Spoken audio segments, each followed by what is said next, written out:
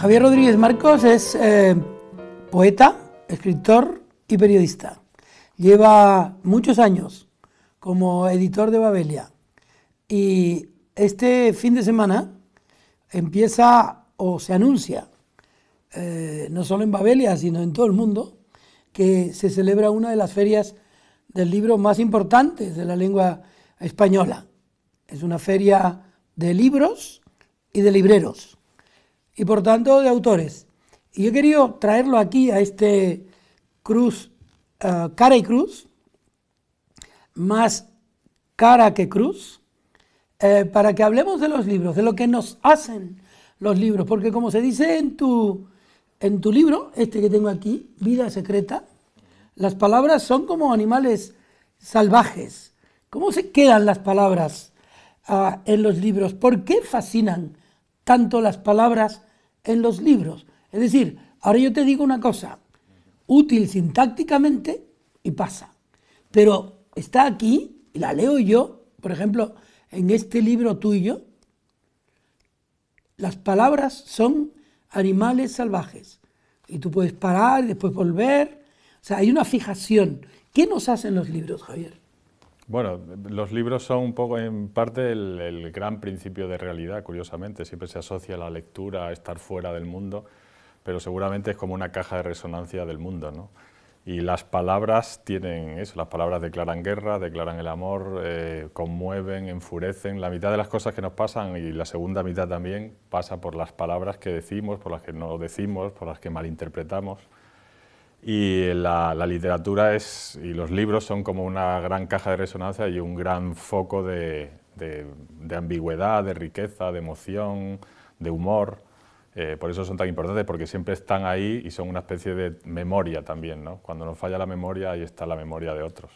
Pero por seguir con tu caso, como tú eres periodista y eres poeta, un periodista asiste a un hecho, por ejemplo, a la Feria del Libro, tienes que con tu equipo de Babelia, con Iker, que está al frente de cultura del país, con Maribel, con Raquel, con la gente que tienes a tu alrededor, tienes una mesa llena de libros, eso es un hecho, eso es un hecho y una sustancia. Sin embargo, un poema no tiene hechos. ¿Cómo viene a ti una imagen? O sea, vas por la calle, por Extremadura, por el campo. ¿Cómo viene una metáfora así? Bueno, a veces viene haciendo la entradilla para una noticia. O sea, las palabras tiran unas de otras. Y los poemas, yo no creo que la inspiración requiera un lugar especialmente ameno, etcétera, ¿no? Yo la mitad de los poemas que he escrito en los últimos 10 años los he escrito en el metro, viniendo hacia la redacción del País. Y yo creo que uno de los grandes retos de la poesía y de la poesía actual es precisamente poner en órbita otra vez palabras que estaban un poco oxidadas y que estaban ahí medio muertas, moribundas, porque las usamos continuamente, ¿no? La propia palabra, libertad, democracia, amor, por supuesto, ¿no? Y la poesía surge como un fogonazo y luego se escribe, casi se escribe sola, ¿no? La diferencia entre el periodismo y la poesía es que la poesía no tiene redactor jefe. Bueno, pero tiene una cultura detrás y una predisposición. Es decir, tú estás en el metro y no se te ocurre, digamos, una novela. Se te puede ocurrir una novela, pero un verso te tiene que coger trabajando. Es decir, en disposición de apuntarlo, porque si no, llegas al periódico y dices, ¿y yo a qué verso se me ocurrió por Quintana? Sí, seguramente los mejores versos son los que se te han olvidado. Pero, bueno, también se te puede ocurrir el arranque de una columna o de una crónica o de una entrevista, ¿no? Es decir, o sea, que tú aconsejarías viajar en metro para escribir. O leer poesía para escribir en los periódicos, o leer periódicos para escribir poesía. Yo creo que Cernuda decía que la poesía son las mejores palabras en el mejor orden. Pero yo creo que el periodismo también son las mejores palabras en el mejor orden. Y en el caso del periodismo, las mejores palabras en el mejor orden y que sean verdad, ¿no? Y además que haya silencio. Sí, seguramente se atribuye a los periódicos generar mucho ruido, pero seguramente lo único que hacen es reflejar el ruido de la sociedad, ¿no? Mucho ruido y pocas nueces. Sí, exacto. Javier, imaginemos que ahora esto es la redacción de Babelia. Aquí tenemos, yo qué sé, un montón de libros para la feria. Jorge Martínez Reverte, Gálvez, y La caja de los truenos. Aquí está Caballero Bonal, Examen de ingenios. Aquí está las obras completas de un muy peculiar escritor, Félix Francisco Casanova. Aquí tengo el último de Millás, que por cierto nació en El País, Mi verdadera historia. Tomás Bárbulo, que es compañero tuyo. La Asamblea de los Muertos, que parece que es muy inquietante, me han dicho. Y aquí está un libro inédito en España de Gioconda Belli sobre la grama, que parece escrito bajo el influjo del amor haciéndose. Y aquí tengo uno de otro canario, José Carlos Cataño, no es favoritismo. Y aquí tengo uno que se presenta ahora de Pepa Roma, Una familia imperfecta. Todos estos libros están aquí at random, es decir, por azar, porque venían en mi maleta, pero algunos son evidentemente materia de tu discusión con el equipo de Babelia para estos sábados. ¿Cómo se elige en Babelia ante una feria del libro? Si ustedes van a hacer un número especial o un número que tenga la feria como arranque, ¿cómo eliges?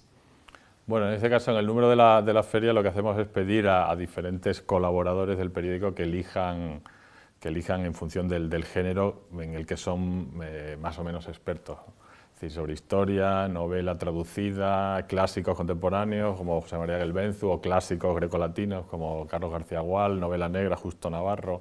Es decir, depende un poco del género sobre el que vayamos a hablar. Pedimos su consejo y su opinión a los críticos de Babelia. Es imposible que el equipo de Babelia se pueda leer todo lo que se publica, y por eso uno de los grandes valores de un suplemento es su elenco de colaboradores y la gente a la que le puedes pedir opinión, ¿no? Es decir, es gente que ha leído mucho más que tú y que dentro de su especialidad conoce bien lo que se ha ido publicando. Y esa es un poco la selección que hacemos. Ahora vamos a la selección actual, pero no hace falta que digas todos los títulos, porque si no perdemos la sorpresa que aterra a los autores, que estarán esperando que digas su nombre propio, ¿no? Rápidamente.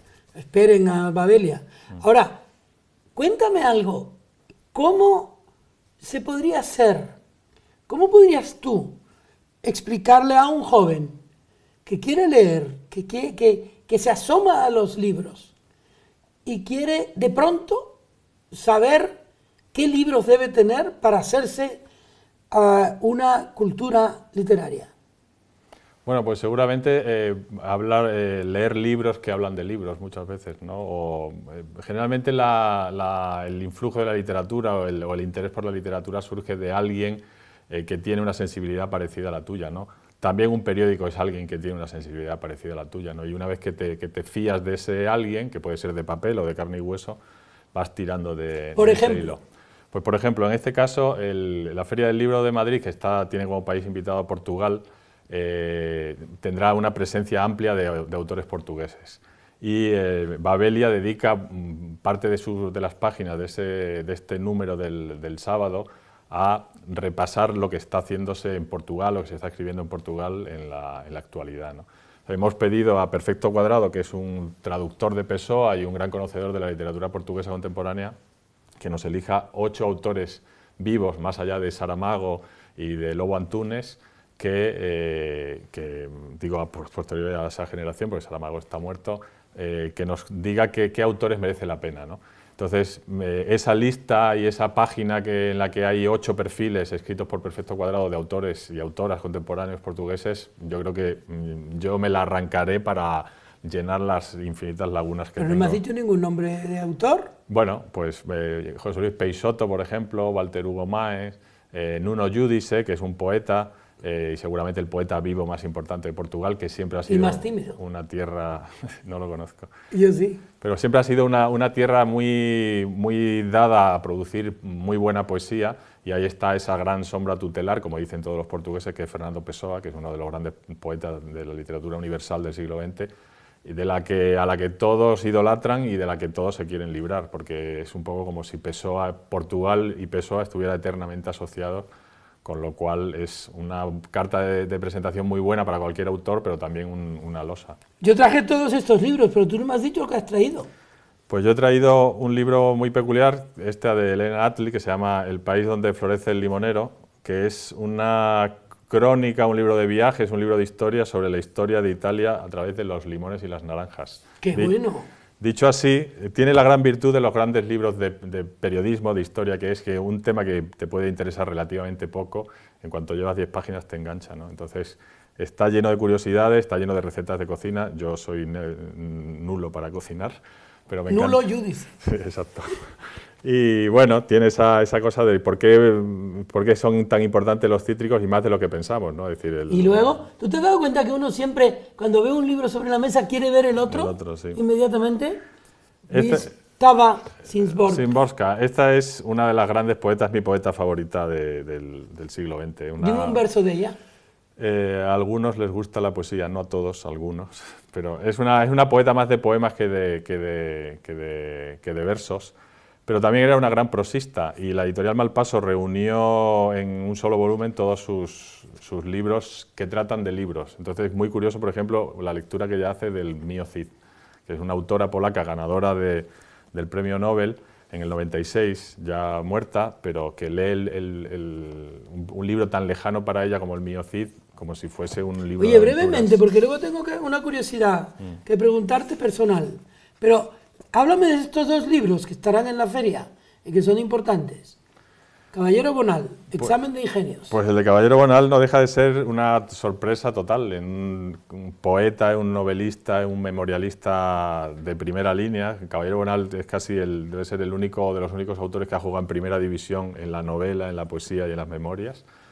Y de repente se desmarca con 90 años con un libro que es Examen de Ingenios, que son retratos literarios de autores, artistas también, cantadores de flamenco a los que él conoció. Y en 2 páginas y media hace un retrato certerísimo, libérrimo, porque no se corta, como diríamos.